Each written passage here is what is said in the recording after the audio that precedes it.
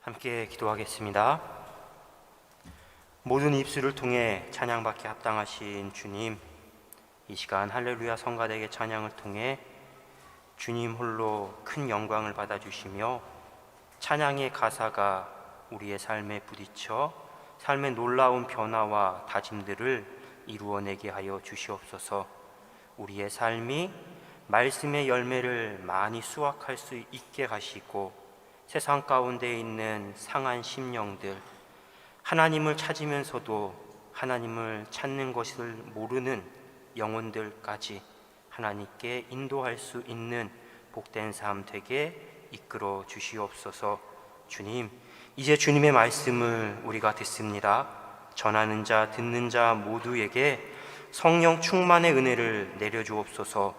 모든 주님의 말씀이 우리의 심령과 삶을 새롭게 하는 은혜와 능력이 되게 하옵소서. 예수 그리스도의 이름으로 기도합니다. 아멘. 할렐루야. 네, 예배의 자리로 나온 모든 성도님들 환영하고 또 축복합니다. 오늘은 우리 교회가 정한 추수감사 주일입니다. 각자 삶에 한 해 동안 하나님께서 베풀어 주신 은혜들을 떠올리시며 또 감사하시고 기쁨 가운데에 예배할 수 있기를 축복합니다. 농부는 이맘때쯤 한 해 농사의 결실들을 수확을 합니다. 그런데 그 수확의 과정에서 이건 내가 열심히 땀 흘렸기 때문에, 내가 수고했기 때문에 합당한 열매다 라는 그런 마음보다는 항상 하늘에 감사합니다. 바람, 햇살, 비, 그리고 한 해 농사의 과정 동안 여러 모양으로 함께 손을 보탠 고마운 사람들을 떠올리고 함께 기쁨을 나누기 마련이지요. 우리의 일상들이 항상 이런 감사로 서로가 서로에게 감사하며 또 하나님께 감사하며 감사가 풍성한 삶이 되기를 축복합니다. 그런 의미로 함께 우리 저를 따라서 한번 감사의 인사를 해보실 텐데요. 첫 번째는 한번 하나님 정말 감사합니다 해보시기 바랍니다. 하나님 정말 감사합니다. 네, 다시 한 번만 해볼게요. 하나님 정말 감사합니다. 댁에 네? 예. 계속 하시네요. 네, 그러면 이번에는요, 서로를 바라보시면서 무슨 집사님, 권사님, 성도님 참 고맙습니다. 감사합니다. 또 내 옆에 있는 아내, 남편, 배우자에게 그렇게 인사해 보시기 바랍니다. 시작. 네, 제가 지난주인가요? 신방을 하다가 나눈 이야기 중에 갑자기 불현듯 생각이 나는데요, 제가 지금까지 섬겨왔던 교회 중에 우리 교회만큼 부부가 교회에서 나란히 앉는 그런 가정을 많이 보지 못했습니다.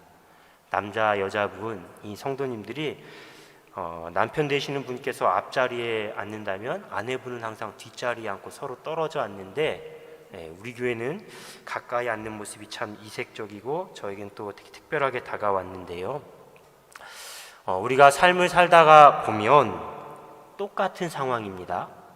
분명히 같은 상황인데 그 상황에 대한 사람들의 반응은 서로 다를 때가 참 많이 있지 않습니까? 똑같은 상황인데 어떤 사람은 그 상황을 위기로 받아들입니다. 그런데 다른 사람은 그 상황을 기회로 받아들이기도 합니다.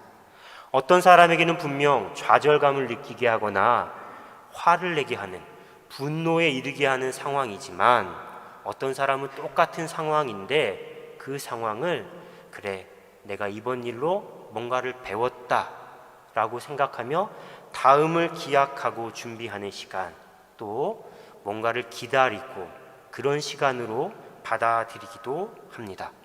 분명 같은 상황인데 이렇게 생각의 차이에 따라서 그 상황을 받아들이는 태도나 거기에 대한 반응, 응답이 서로 다르게 나타나는 겁니다. 감사도 마찬가지입니다. 우리가 삶에서 감사하는 건 역시 이와 비슷합니다. 영어로 누군가에게 감사할 때 어떻게 표현하죠? Thank you. 이렇게 네, 땡큐 이렇게 표현하지 않습니까? 그런데 이 영어에서 땡큐, 고맙습니다, 감사합니다 할 때 이 감사하다, 고맙다라는 이 단어 뜻이 땡스입니다. 땡. 네, THANK인데요. 이 땡의 어원을 찾아보면 바로 띵입니다. think. 생각하다. 생각하다가 곧 감사로 이어지게 된다라는 거죠. 생각을 하면 감사한다는 겁니다. 생각을 조금 더 하면 감사할 수 있게 된다라는 뜻입니다. 이 말을 한번 우리 삶에 대입해 보겠습니다. 한번 누구나 살면서 이런 경험들 해보셨을 겁니다. 분명 갑작스레게 닥친 어려움 때문에 어떤 큰 문제나 슬픔 때문에 내가 정신이 없을 때가 있지 않습니까? 자, 그 상황 순간에는 왜 나에게 이런 일이 닥쳤을까? 왜 나에게? 또 내가 이 어려움을 어떻게 해결해야 하지? 한편으로는 불평, 원망이 있고요. 다른 한편으로는 막막합니다. 불안합니다. 우리가 그때 이런 말을 하죠. 경황이 없다. 경황이 없다. 이 경황이 없다라는 말은 심적으로나 시간적으로 생각할 수 있는 여유가 없다. 틈이 없다라는 뜻인데요. 그런데 한숨 돌리고 나서 그때를 한번 내가 생각해 보면 어떻습니까? 그때는 왜 나에게 이런 일이 어떻게 해결해야지 라는 생각이 들었지만 한숨 돌리고 나면 그래도 그만하니 다행이다 이런 생각이 들기도 하고요. 또 어떤 생각입니까? 내가 그때 그랬으니까 그래도 지금 이렇지, 그만한 게 다행이야, 참 고마워, 감사해. 전혀 다른 해석과 반응을 우리가 하게 될 때가 있습니다. 그러니 어떤 상황에서라도 잠시 숨을 고르고 한 번 더 생각하면, 아니 좀 더 깊게, 좀 더 넓게 생각하면 우리가 감사하지 못할 상황이 없는 것입니다. 자, 성경 말씀에 데살로니가에 범사에 감사하라 라고 말하고 있지 않습니까? 이렇게 생각하면 어떤 상황이든 이 범사에 감사한다는 게 불가능한 일만은 아닌 것이죠. 생각을 하면 다 감사할 수가 있는 것입니다. 그런데 생각도 생각 나름입니다. 그렇지 않습니까? 어떤 생각을 하느냐가 중요합니다. 부정적인 생각은 어떻게 해야 할까요? 버려야 합니다. 비워내야 합니다. 대신에 계속적으로 긍정적인 방향에서 생각할 수 있도록 노력해야 합니다. 나태주 시인이 쓴 풀꽃이라는 아주 짧은 시가 있습니다. 풀꽃. 시는 이렇습니다. 뽑으려 하니 모두 잡초였지만 품으려 하니 모두 꽃이었다. 끝입니다. 한번 저를 따라해 보겠어요? 뽑으려 하니 모두 잡초였지만 품으려 하니 모두 꽃이었다. 네, 뽑으려고 생각하면 모든 게 다 잡초로밖에 안 보이는 겁니다. 부정적인 생각은 똑같이 모든 상황을 다 부정적인 시선으로 바라보고 내가 반응하게 만듭니다. 결국 어떻게 됩니까? 우리의 삶의 자리가 그냥 잡초만 한가득 무성하게 자라버린 그 상태로 자꾸자꾸 황폐해지는 것이지요. 반대로 품으려고 생각하면 모두 꽃이 된다고 하지 않습니까? 긍정적인 생각을, 시선을 갖고 있으면 나의 삶의 태도와 반응 역시 계속 긍정적인 방향으로 변하기 마련입니다. 이미 삶에 심겨진 잡초를 뽑아내고 그 자리에 꽃을 심을 수 있게 되는 것이죠. 긍정적인 생각을 하면 내 마음에 감정의 앙금마저 다 씻어낼 수 있고요. 관계 사이사이에 그 벌어진 틈들을 사랑으로, 온기로 메꿔가면서 회복할 수 있게 만든다는 겁니다. 우리가 일상에서 자주 사용하는 표현 중에 바로 이 부정과 긍정의 생각을 대표하는 하나의 표현이 있습니다. 바로 때문에와 덕분에입니다. 부정은 때문에고요, 긍정은 덕분에라는 겁니다. 한번 평소에 자신이 내가 평소에 때문에를 자주 사용하는지 덕분에를 자주 사용하는지 한번 생각해 보시기 바랍니다. 먼저 때문에는요, 어떤 일의 원인이나 까닭을 의미하는 표현입니다. 때문에. 근데 이 때문에는요, 긍정적인 의미로 쓰일 때도 있고 부정적인 의미로 쓰일 때도 있습니다. 모두 다 사용합니다. 하지만 대부분 많은 경우에는 어떤 핑계를 대거나 환경을 탓하고 다른 사람을 탓할 때, 책임을 돌릴 때, 이런 부정적인 상황에서 훨씬 더 많이 때문에를 사용합니다.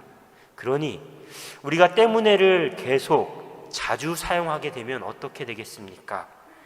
우리의 마음에 불평과 분노가 많아지겠죠. 관계 속에서는 계속적으로 트러블이, 갈등이 잦아지기 마련입니다. 반대로 덕분에는요, 누군가에게 내가 도움을 받거나 은혜를 입었을 때 그때 덕분에라고 우리가 이야기를 하는데요, 당연히 덕분에를 사용할 때는 다른 사람이나 환경을 내가 긍정할 때입니다. 또 모든 게 다 내 마음에 성에 차지는 않지만 그래도 내가 인정하고 포용하려고 할 때, 그때 우리가 그래도 덕분에 이런 표현을 사용하는 것이죠. 그러니 덕분에를 자주 사용하게 되면 부정적인 상황과 관계까지 우리가 점점 더 좋은 방향으로 이끌어갈 수 있게 되는 어떤 선한 영향력들이, 변화들이 나타나기 마련인 겁니다. 그런데 이 때문에와 덕분에는 1차적으로는 우리의 어떤 마음의 상태, 삶의 태도를 가리키지만요, 어떻게 보면 우리가 일상에서 때문에를 더 많이 사용하는지 덕분에를 더 많이 사용하는지를 비교해 보면 우리의 믿음의 상태도 알 수가 있는 겁니다. 우리 믿음의 상태에 따라 때문에를 사용하느냐 덕분에를 사용하느냐가 결정되는 셈인 거죠. 가령 출애굽 이스라엘 백성의 모습을 한번 생각해 보십시오. 출애굽 과정에서 이스라엘 백성이 보여준 모습은 한마디로 40년 내내 때문에를 입에 달고 산 그 모습입니다. 조금만 힘들면 툭하면 하나님 때문에, 모세 때문에 못 살겠다, 힘들다, 이러다 우리를 다 죽게 만들 망정이냐, 이런 불평과 원망이 이스라엘 백성 입술에서 떠나지 않았던 겁니다. 우리가 하나님 때문에, 모세 때문에 광야에서 죽게 되었다, 이 말을 그냥 계속 반복했던 것이죠. 그런데 중요한 사실은 뭐냐면요, 하나님은 단 한 번도 이스라엘 백성의 부르짖음이나 그들의 요구에 대해서 외면하지 않으셨다라는 겁니다. 애굽에서 출발할 때 10가지 재앙, 그 10가지 재앙부터 가나안 땅에 들어가는 그 마지막 순간까지 하나님은 내내 이스라엘 백성과 함께 하셨습니다. 목이 마르다고 하면 어떻게 하셨습니까?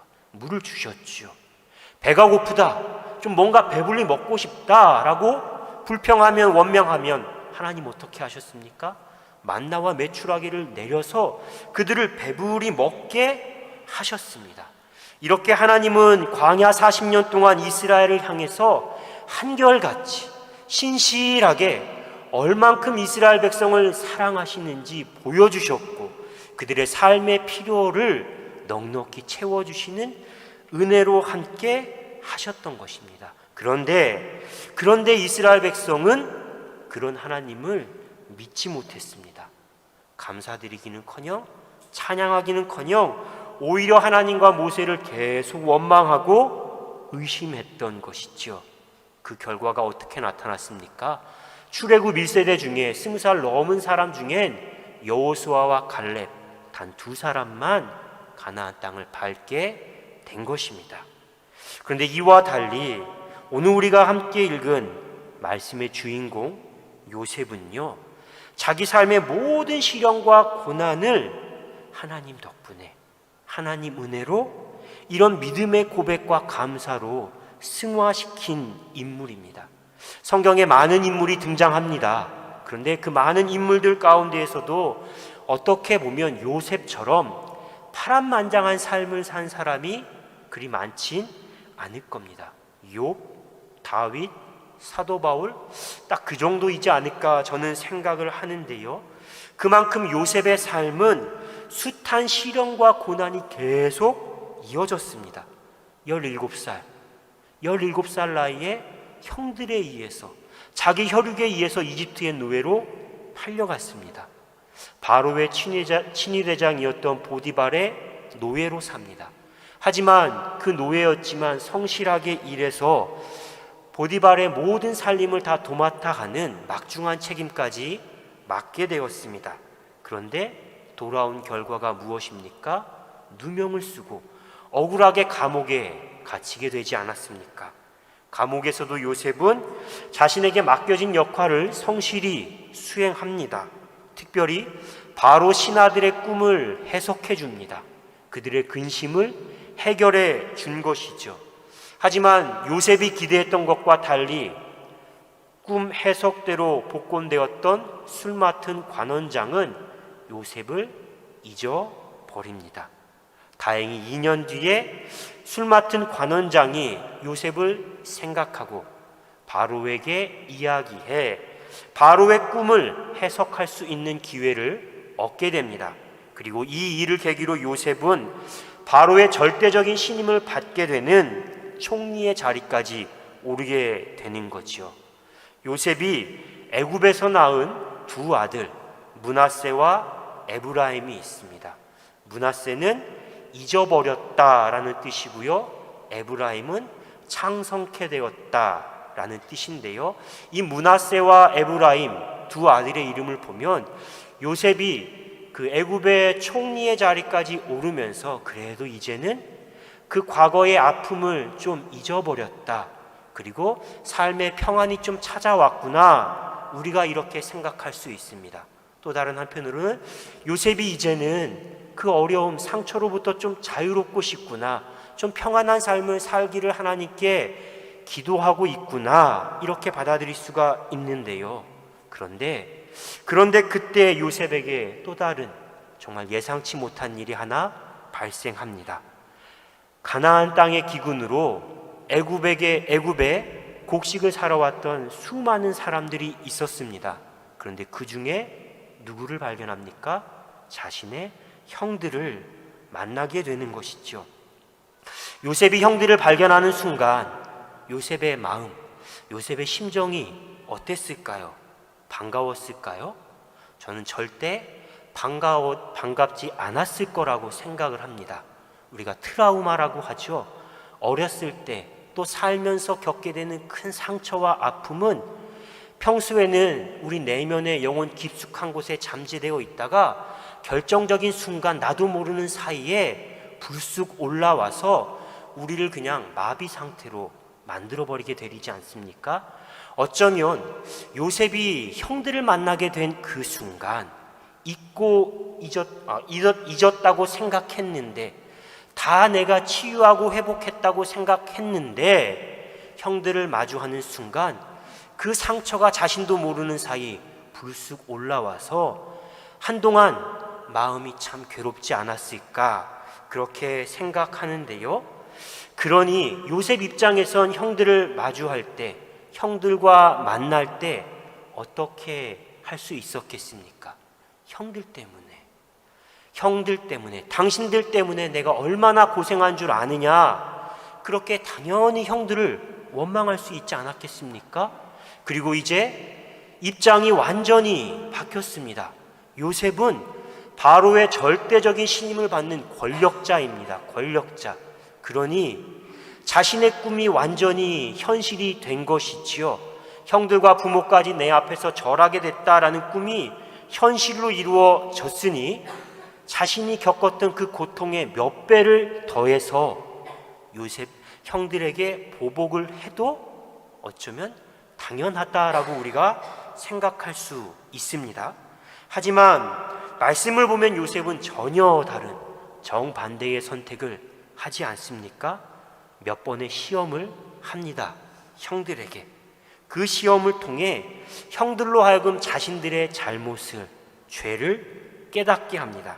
그리고 동생 베냐민과 아버지 야곱을 위해서 내가 차라리 당신의 종이 되겠다라고 하는 형 유다의 모습을 보면서 그래도 형이 이전보다 많이 달라졌구나, 변화되었구나 라고 생각을 합니다. 이런 일련의 과정을 거친 후에 드디어 요셉이 오늘 본문에 이르러 형들에게 자신이 누구인지를 밝히는 겁니다. 복받쳐 오르는 감정을 억누르지 못하고 말 그대로 대성통곡하면서 내가 요셉입니다.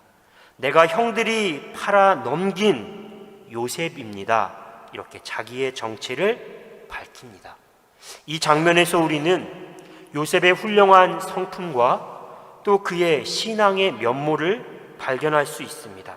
우선 요셉은 형들에게 어떤 원망이나 보복을 하지 않습니다. 오히려 자신들 앞에 앉은 그 바로의 총리가 요셉이라는 사실을 알고 말문이 막혀버린 두려움에 떨고 있는 형들을 다독거리죠. 형들을 안심시킵니다. 걱정하지 마십시오. 걱정하지 마십시오. 그리고 성경에서 말하고 있진 않지만 이미 요셉은 형들이 자신들에게 행했던 그 모든 죄들을 다 용서합니다. 그런데 요셉의 이런 대인배적인 풍모보다 우리가 더 주목해야 하는 점은 바로 요셉의 믿음입니다. 믿음, 요셉의 신앙. 바로 오늘 본문 말씀 중에 7절과 8절 말씀을 한번 보시기 바랍니다. 7절과 8절 말씀은 이렇게 이야기를 합니다. 하나님이 큰 구원으로 당신들의 생명을 보존하고 당신들의 후손을 세상에 두시려고 나를 당신들보다 먼저 보내셨나니 그런즉 나를 이리로 보낸 이는 당신들이 아니요 하나님이시라. 하나님이 나를 바로에게 아버지로 삼으시고 그 온 집의 주로 삼으시며 애굽 온 땅의 통치자로 삼으셨나이다. 요셉은요, 형들이 자신을 이집트의 노예로 판 일부터 지금까지 자기가 겪었던 고난, 그리고 애굽의 총리가 된 것까지 모두가 다 하나님의 뜻이었다, 하나님의 뜻이었다라고 고백합니다. 극심한 가뭄과 흉년으로부터 이스라엘 백성을 구원하시기 위한 하나님의 섭리였다라고 고백하죠. 이게 중요한 겁니다. 한번 저를 따라해 보시겠습니까? 이것이 믿음입니다. 믿음이 있어야 감사할 수 있습니다. 형들에 의해 노예가 된 이후부터 지금까지 요셉이 내내 마주했던 현실은 억울함, 누명, 고통입니다. 누구라도 쉽게 이해할 수 없는, 받아들일 수 없는 현실이 계속 벌어졌죠. 하지만 단 한 번도 요셉은 누구를 원망한다든지 또 자기 삶을 비관하거나 자포자기하지 않았습니다. 매 순간 하나님에게 신실했습니다. 사람에게 신실했습니다. 왜냐하면 비록 내가 다 이해할 수 없을지라도, 억울하고 힘들고 고통스러울지라도 그 모든 상황이 다 하나님의 손 안에 있음을, 섭리 가운데에 있음을 믿었던 것입니다. 믿었던 것입니다. 어린 시절 꿈을 통해 보여주신 하나님의 선하신 계획, 그리고 그 계획에 따라 하나님이 자신의 삶의 걸음을 지금 한 걸음 한 걸음 인도해 가고 있음을 믿은 것이죠. 그리고 이제 형들에게 자신의 정체를 밝히면서 이 모든 것이 다 생명을 구원하시기 위한 하나님의 섭리였다라고 고백합니다. 형들 때문에, 환경 때문에 원망할 수 있었던 것을 하나님 은혜로, 하나님 덕분에라는 감사의 고백으로 완전히 뒤바꿔 버린 것이죠. 이 말을 사도 바울의 표현으로 빌리자면 이런 것입니다. 나의 나된 것은 다 하나님 은혜입니다. 내가 지금 이 자리에 있는 것 형들 때문이 아니라 환경 때문이 아니라 하나님 은혜입니다. 하나님 덕분입니다. 이 고백이죠.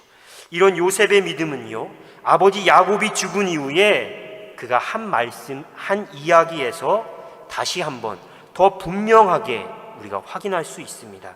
요셉의 형들은 이제 아버지 야곱이 죽었으니 이제 우리 동생 요셉이 자신들에게 보복하는 건 아닐까? 아버지 때문에 그동안 참고 있었다가 이제 보복하는 게 아닐까 그렇게 걱정합니다. 두려워합니다. 그때 요셉이 형들에게 이렇게 말합니다.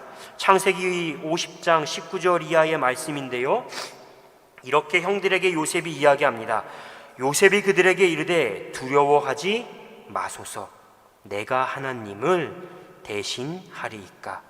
당신들은 나를 해하려 하였으나 하나님은 그것을 선으로 바꾸사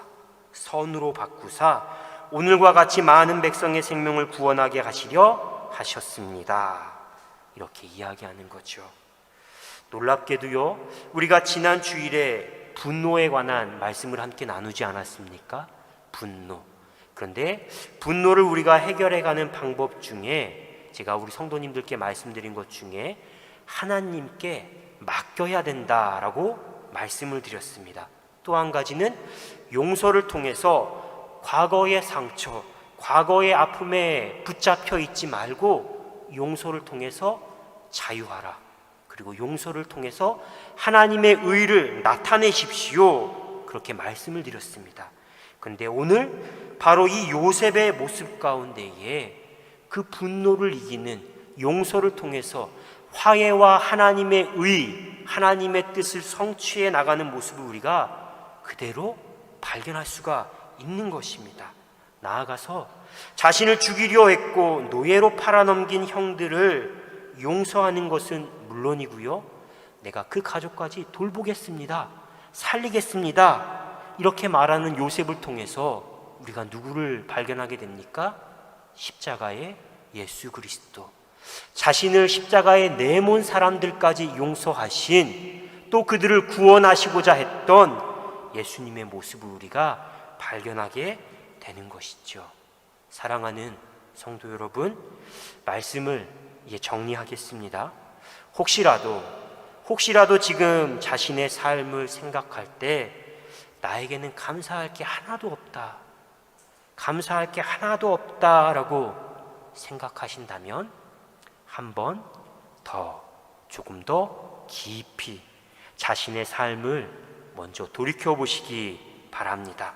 생각하되 자기 삶을 돌아보되 다른 사람이나 환경 때문에 라는 이 부정적인 생각은 버리시고 누구누구 덕분에, 하나님 덕분에, 하나님 은혜 때문에 라는 긍정적인 생각을 품기 위해 노력하시기 바랍니다. 무엇보다도 노예의 자리에 있을 때나 죄수의 자리에 있을 때나 한결같이 하나님과 사람에 대해서 신실함을 지켰던 요셉의 성품, 요셉의 믿음 본받으시길 축복합니다. 우리의 삶이 어떠한 형편에 있든지 하나님은 분명 우리의 삶의 순간순간마다 함께 하십니다. 우리를 향해 선한 뜻을 세우시고 하나님의 섭리 가운데에 오늘도 우리의 삶을 이끌어 가십니다. 이제 그 하나님에 대한 신실한 믿음으로 감사할 수 있는 모든 성도님들의 삶이 되시기를 주님의 이름으로 축원합니다. 말씀 묵상하며 잠시 침묵으로 기도하겠습니다.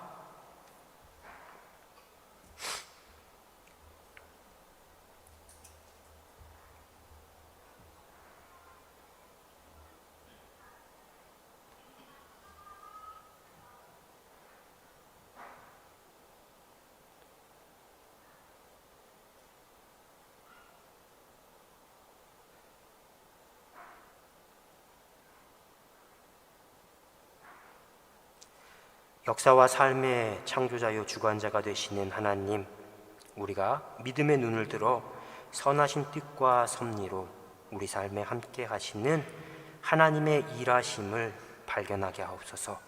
감당하기 힘든 삶의 문제와 환난 속에 있을지라도 신실하신 하나님에 대한 믿음으로 인내하게 하옵소서.